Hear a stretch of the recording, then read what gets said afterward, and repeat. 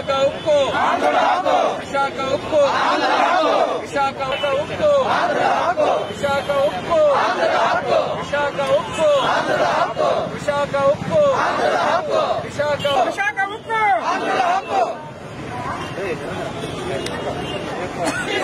ప్రధానమంత్రి వెంటనే ప్రధానమంత్రి వెంటనే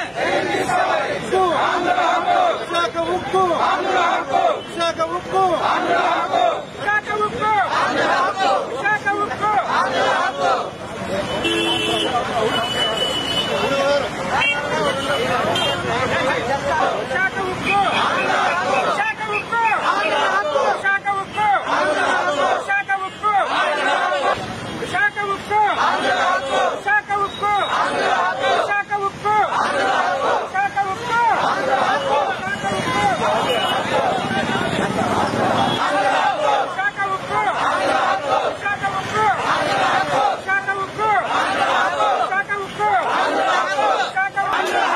విశాఖ ఉక్కు బీజేపీ ప్రభుత్వ ప్రైవేటీకరణ నిర్ణయాన్ని వెనక్కి తీసుకోవాలి.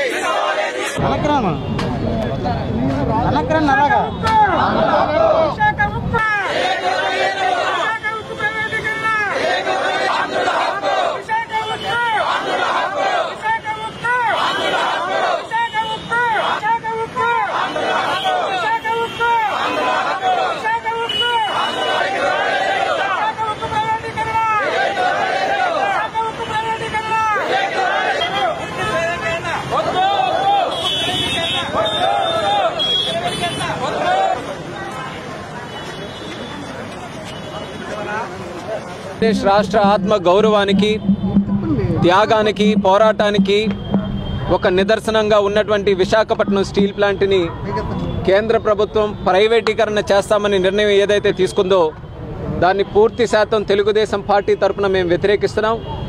ఆంధ్ర రాష్ట్ర ప్రజలు కూడా ఏదైతే వ్యతిరేకిస్తూ కార్యక్రమాలు చేస్తున్నారో వాళ్ళందరికీ కూడా మా తాలూకా సంఘీభావం మద్దతు కూడా తెలియజేసుకుంటున్నాం. ఇటువంటి కార్యక్రమం గతంలో ఎప్పుడు కూడా జరిగినప్పుడు రాష్ట్ర ప్రజలందరూ కూడా ఐకమత్యంగా పోరాడి సాధించుకున్నటువంటి ప్రతిమ మళ్ళీ ఈరోజు కనబడుతుందనేది కూడా మరి కేంద్ర ప్రభుత్వానికి మరొకసారి మేము తెలియజేసుకుంటున్నాం. అసలు ఎందుకు చేయాల్సి వస్తుంది ప్రైవేటీకరణ?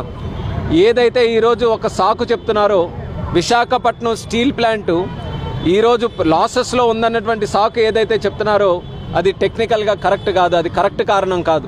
కేంద్ర ప్రభుత్వం సరైనటువంటి దృష్టి పెట్టి దానికి అవసరమైనటువంటి క్యాప్టివ్ మైన్స్ దానికి గనులు కానీ కేటాయించగలిగితే భారతదేశంలోనే అతి పెద్దదైనటువంటి స్టీల్ ప్లాంట్ కింద అత్యంత ప్రాఫిట్స్లో నడిచే స్టీల్ ప్లాంట్ కింద వైజాగ్ స్టీల్ ప్లాంట్ని మనం ముందుకు నడిపించవచ్చు.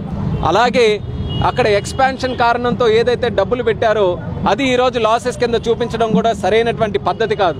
అంటే వీటి వెనక ఒక కుట్ర, ఒక వేరే రకమైనటువంటి ఆలోచన ఉందనేది స్పష్టంగా తెలుస్తుంది.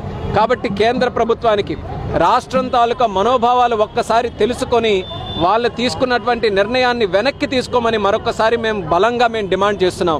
అదే రకంగా ఈరోజు జరుగుతున్నటువంటి పోరాటంలో ప్రధాన పాత్ర పోషించాల్సినటువంటి బాధ్యత ఇప్పుడు ముఖ్యమంత్రి జగన్మోహన్ రెడ్డి గారి మీద ఉందనేది కూడా మేము తెలియజేస్తున్నాం. ఎందుకనంటే ఆయన ఒక సావరెన్ అథారిటీ, ఈరోజు ముఖ్యమంత్రిగా ఉన్నారు.